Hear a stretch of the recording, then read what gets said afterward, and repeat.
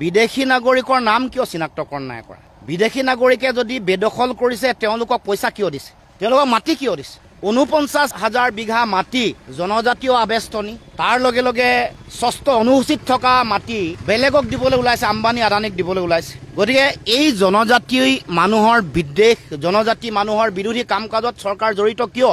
গতিকে আমাৰ কথাটো হ'ল যে আজি এটা কিবা বেলেগ টাৰ্ম ব্যৱহাৰ কৰিব, কাইলৈ এটা বেলেগ ব্যৱহাৰ কৰিব।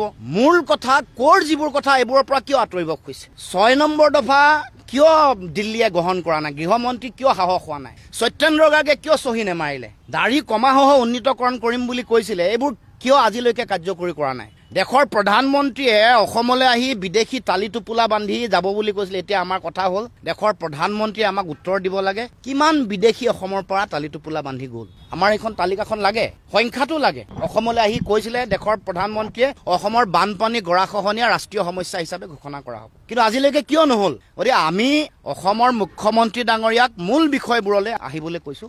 আৱেগিক কৰি মানুহক যিকোনো বক্তব্য ৰখাৰ কোনো ধৰণৰ অৰ্থ থাকিব নোৱাৰে। মূল কথালৈ আহক, মূল ডিবেটলৈ আহক। আমি যে ক'লো যে আপোনাৰ সমষ্টিত যিসমূহ ৰেলৱেৰ মাটি আছে, সেই ৰেলৱে মাটিসমূহত বেদখল কৰি থকা মানুহসমূহক উচ্ছেদ কৰিব পৰা আপোনাৰ দম আছে নেকি? আৰু যদি উচ্ছেদ কৰে, তেওঁৰ জালুকবাৰী সমষ্টিৰ পৰা যদি নাম কৰ্তন কৰে, মুখ্যমন্ত্ৰী হিমন্ত বিশ্ব শৰ্মাই নিৰ্বাচনত জিকিব নোৱাৰে। কাৰ্বি আংলঙৰ উত্তৰ বৰবিলত কিয় উচ্ছেদ নকৰে? মুখ্যমন্ত্ৰীক প্ৰশ্ন কৰিছোঁ। তেওঁ কৈছে অসম চুক্তি আমাৰ কাৰণে গীতা কোৰাণ বাইবেল।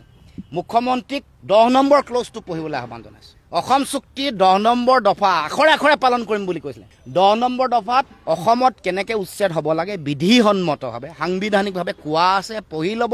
আমি অসম চুক্তিক মানো আৰু সেইকাৰণে অসম চুক্তি মৰ্মে গোটেই কথা বতৰাবোৰ হ'ব লাগিব। আৰু বেলেগৰ যোগেদিও এইটো কোৱাবলৈ আৰম্ভ কৰিছে মুখ্যমন্ত্ৰীয়ে। এতিয়া বহুতক লগাই দিয়ে তেওঁৰ মন্ত্ৰী, ঘনিষ্ঠ মন্ত্ৰী আৰু বহু মানুহ আছে যিবোৰ নাম ল'ব খোজা নাই। সকলোকে আহ্বান জনাইছোঁ, মুখ্যমন্ত্ৰীৰ জালত নপৰিব।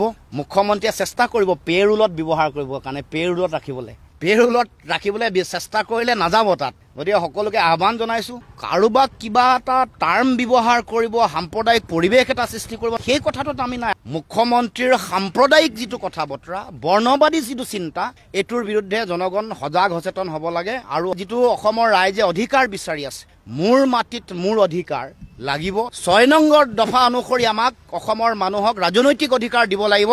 51 চনৰ পৰা 71লৈকে 20 বছৰৰ অতিৰিক্ত বিদেশীৰ বোজা ললো কাৰণেই 51 চনলৈকে থকা মানুহক ৰাজনৈতিকভাৱে ৰাজনৈতিক সাংবিধানিক সুৰক্ষা দিয়াৰ কথা কৈছে। আৰু অসমীয়া মানুহৰ সংজ্ঞা য'ত 51 ভিত্তিবৰ্ষৰ কথা কোৱা হৈছে, ইয়াৰ স্পিৰিটটো এইটোৱে যে যিহেতু 20 বছৰৰ অতিৰিক্ত বিদেশী বোজা ললো, 51লৈকে যিসকল মানুহ খিলঞ্জীয়া মানুহ আছিলে তেওঁলোকৰ ভৱিষ্যতৰ সমস্যাৰ সংকট আছে, সেইকাৰণে তেওঁলোকক অধিকাৰ দিব লাগে। আৰু আমি সেই দাবীহে উত্থাপন কৰিছোঁ।